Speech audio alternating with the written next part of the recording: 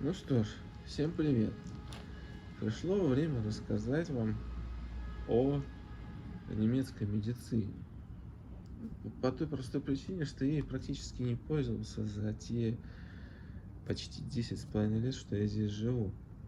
А один раз я в силу своей плохой спины сходил к так называемому хаусарцу, ну, к терапевту, по-нашему говоря, и он мне дал направление на массаж. Ну, то есть, мне кажется, я ходил 2 раза, жаловался, говорил, что вот там болит. И он дал направление на массаж. И, кстати, за этот массаж, за каждый прием я, по-моему, платил что-то около 12 евро. Мне потом выставили счет, то есть я был у массажиста, не знаю сколько раз, там раз 3, мне что-то там около 30 с чем-то евро выставили счет. Ну, больше я не ходил, потому что, ну, пришлось платить, и, ну, как-то, ну, как каждый нормальный человек, я просто положил болт на свое здоровье. Вот, ну, старый, что 30 лет, сейчас 37, пофиг. Вот. Ну, к зубному я ходил. Зубной там частично покрывает какие-то затраты на пломбы, какие-то не покрывает, зависит от сложности пломбы, от места пломбы. Можно, конечно, себе сделать еще дополнительную страховку на зубы. Но если у вас хреновые зубы, то и взносы по страховке будут выше.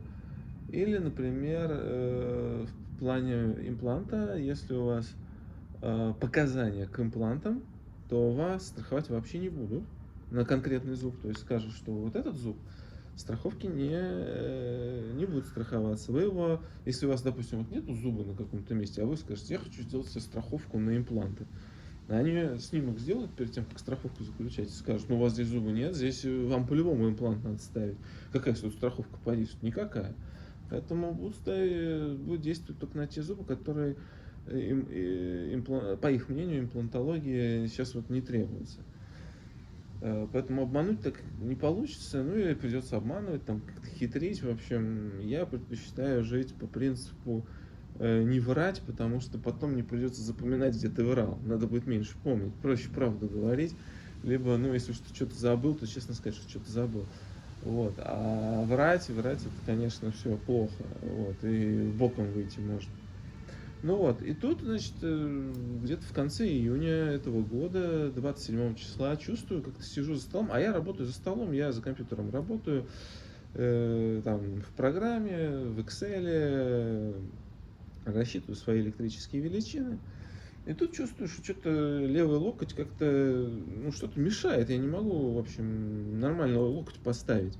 Могу только руку на бок как-то положить. Вот. Ну, пришел домой, ну, что-то сначала, ну, как-то, знаете, ну, всегда ты не ожидаешь подвоха. Вот.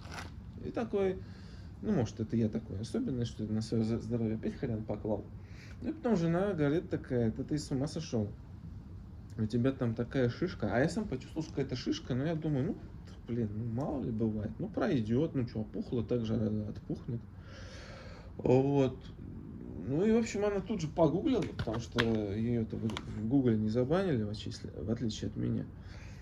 И, значит, узнает она, что это бурсит, оказывается. Бурсит локтя, там есть некая бурса, мешочек, он в нормальном состоянии маленький, а если он опухает, туда жидкость попадает по какой-то такой причине, что у вас что-то неисправно в локте, попадает вода, он набухает, и эту жидкость надо откачивать. Она, конечно, может уйти сама, но у меня он стал такой большой, что я такой думаю, блин, наверное, ничего не получится, чтобы оно само ушло. Я думаю, а оно же может перерасти еще и в воспаление. Бактерии могут прийти, да, это уже очень плохо, придется точно операцию делать, там разрезают локоть, вынимают эту бурсу, все промывают, антибиотики жрешь. В общем, все до этого доводить не хочется. Я пошел к врачу, и он мне все выкачал, локоть стал как обычный. Я нормально ходил и даже пошел потом в выходные, и пошел, и, значит, ходил, и хотя жена говорит такая, наверное, надо тебе носить повязку. А врач ничего не сказал, и я на этом успокоился, и в выходные следующие пошел мячик кидать, как я хожу каждый выходной день, кидаю баскетбольный мяч. Вот, и вроде тоже все нормально, но потом, вот, значит, 30 июня я сходил к врачу, по-моему, это понедельник был, Вот, первый же, сразу же пошел, нашел запись тут по соседству, рядом с работой. Неделю проходил, все было нормально. И вот покидал мячик в выходные, где 30 июня, там какое число, не помню. И у меня бах опять. Опять это опухло, я прихожу, значит, опять к врачу. Это было в четверг, это, то есть, 1,5 недели я продержался, то есть 30 июня, а в четверг следующей недели, это получается, это какой там первый, если, ну, неважно, в четверг следующей недели я пришел к врачу, он меня опять откачал, вот, и сказал носить повязку. Я носил, пришел к нему на повторный контроль во вторник предыдущий пришел. Нет, в понедельник пришел, предыдущий, неделю назад пришел к нему, значит, предыдущий понедельник пришел на повторный осмотр, он сказал, что все нормально, повязку можно больше не носить. Жена говорит, блин, да, наверное, надо носить. Я говорю, ну он же сказал, что можно не носить. Я перестал носить. Мы там побегали с ней, мы каждый день бегали. Вот, я бегал до этого 5 лет подряд. Ну, то есть, начиная с 27 марта 2020 года я бегал, вот до того дня бегал. И в понедельник, значит, мы побегали, и она опять начала надуваться, а я без повязки, ну, потому что врач сказал, что можно не носить, и я ее перестал носить. А так все время носил, утром, ночью, всегда. Вот. И, значит, ну, это был такой бинт эластичный, я его носил. Ну вот, и, в общем, она надулась, и на следующий день во вторник просто смотрю, она надувается, и я, значит, а у меня отпуск был на прошлой неделе, я во вторник сижу дома, и такой думаю, ну, пойду, значит, к врачу. И часа в 4 пошел к врачу, а в Германии уже в 4 уже заканчивают работать. Но один врач у нас постоянно, ну, не постоянно работает, он работает относительно допоздна, до 18:30, это очень поздно считается в Баварии. Я прихожу к нему, он говорит, а я не имею права откачивать, потому что я, короче, хоть и терапевт, но у нас у терапевтов разные лицензии, и мне нельзя откачивать. И говорит, вы можете идти в больницу, вам там откачают. Они, правда, больница у нас работает, он говорит, уже, наверное, закрылась, но есть так называемый, как там, Notaufnahme по-немецки, ну, приемный покой, или, ну, не знаю, как у нас такое, то есть во вне рабочие часы все равно кто-то работает, естественно. Врачи же должны быть всегда, даже ночью. Я, значит, беру, он дает мне направление, я иду, значит, в больницу, прихожу, и смотрю, там 3 человека передо мной сидят, и я думаю такой, ну, блин, ну, естественно, она уже закрыта, да, она в 4 закрывается, там можно зайти только через резервный вход. Прихожу, там, естественно, там, в общем, только жестко больные все сидят, ну, вот, и мне говорят, такие, можете, да, мы вас примем бесплатно, все. В итоге я ждал где-то 1,5 часа, пока меня примут. Ну, потому что мало врачей, это только там резервные врачи, там срочно какие-то операции проводятся. Меня приняли через 1,5 часа, то есть я где-то там до 6:30 сидел. Вот, аж, ну, пока вот 4 часа я пошел к первому врачу, пока там домой вернулся, то да сё, там, ну, в общем, в итоге получилось, вот, в общем, как получилось, только в 6:30 меня приняли вечером. И, значит, такие говорят, ну, давайте сейчас откачаю. Она говорит, так ты пришел, здесь только срочные люди с операциями, а ты пришел со своей бурсой. Это что, это на лайте на каком-то. Говорит, ну ладно, я тебя откачаю, начинает откачивать, и говорит, и заходит какой-то коллега, и ему говорит, давай это, кровь возьми. А я что-то, она как-то быстро так сказала, я такой думаю, что кровь, какая кровь? Что, они, значит, бесплатно меня примут, а кровь я им, типа, сдам, ну, типа, заплачу кровью, думаю. Ну, это, наверное, бред какой-то. Ну, вот, и, в общем, она от меня отсасывает эту жидкость из бурсы. Здесь, короче, чувак начинает с правой руки подключаться ко мне к этой, к руке. И, значит, такой, когда они вдвоем начинают в 2 руки у меня высасывать что-то, у меня начинает головокружение небольшое. Потом я такой думаю, надо досидеть, не падать, пока не высосут, потому что, ну, чтобы не мешать этим иглам, все высосали, я сажусь, меня наклеивают, и меня начинает окончательно крутить. Вот, я такой думаю, что вы так много анализов берете, я же всего лишь пришел отсосать жидкость. И меня начинает крутить, они что-то там говорят, спрашивают, с какого дня у меня вот это вот возникла вот эта вот проблема с бурсой. Я пытаюсь ей назвать числительное, 28 июня, у меня начинает крутить, и я такой, у вас есть что попить? А из рта, видимо, у меня ничего не вырывается, они еще что-то болтают там, повернулись ко мне спиной, они же не ожидали, что, 37-летнего чувака начнется головокружение от успехов. Я, значит, потом все-таки что-то промямливаю, они оборачиваются, говорят, ему плохо стало. Ну вот, начинают мерить давление, намерили 117, я такой, 170? Потому что, переспрашиваю, 170, потому что в немецком 117 и 170 очень созвучно, зипцей и зипцей. Вот, довольно созвучно звучат, если особенно там гул какой-то в помещении. Я пошутил такой, чувствую, сразу легче стало, меня на спину положили, они такие, и там девушка одна говорит, такая медработница, говорит, да мне тоже хреново так стало, если меня так сразу все воткнули.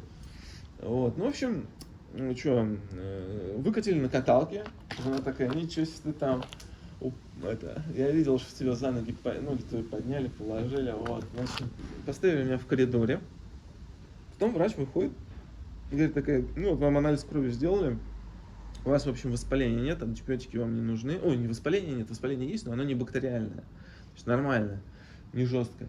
Она говорит, врач посмотрел все ваши, в общем, эти анализы, говорит, что само не пройдет, снова вернется, снова вытечет.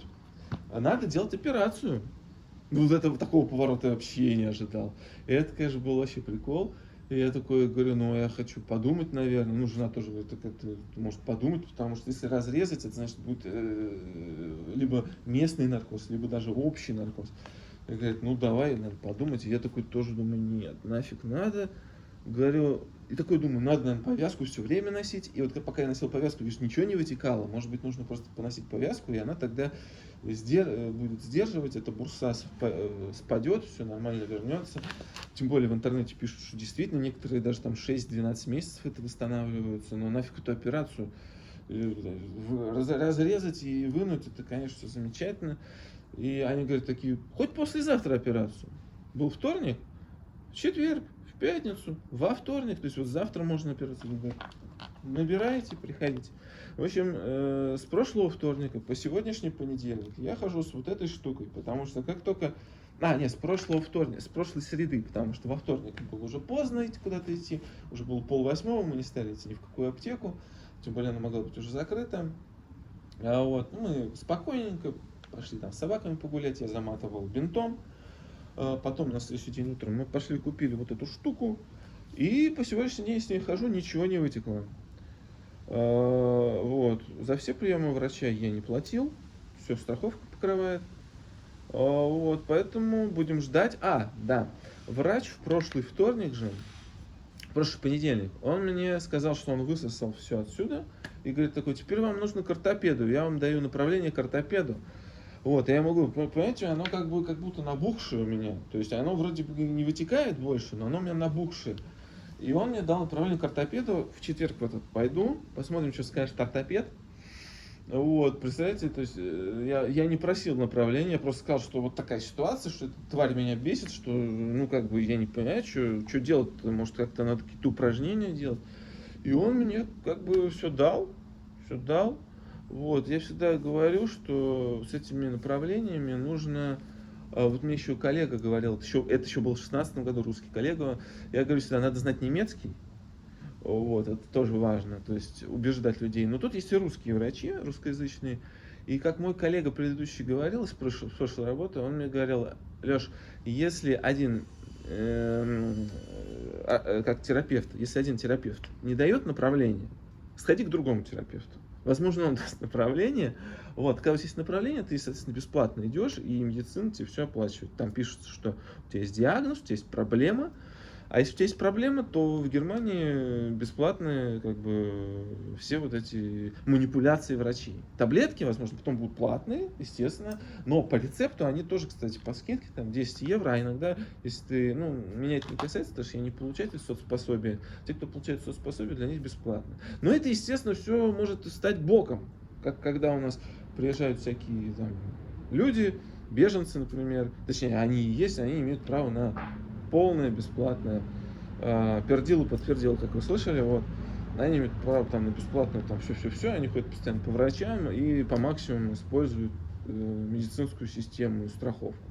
Это тоже отрицательно, но тут понимаете, тут нету золотой середины очень сложно достичь, потому что либо ты делаешь, что тебе медицина недоступна, что у тебя нет социальных благ, как, например, какой-нибудь Америке или как у нас в России, тоже вроде что-то есть, но оно не так работает, как здесь. Вот. И либо к врачам нужно, вот если ты из Москвы выехал, то все, к врачам фиг запишешься, там фиг найдешь.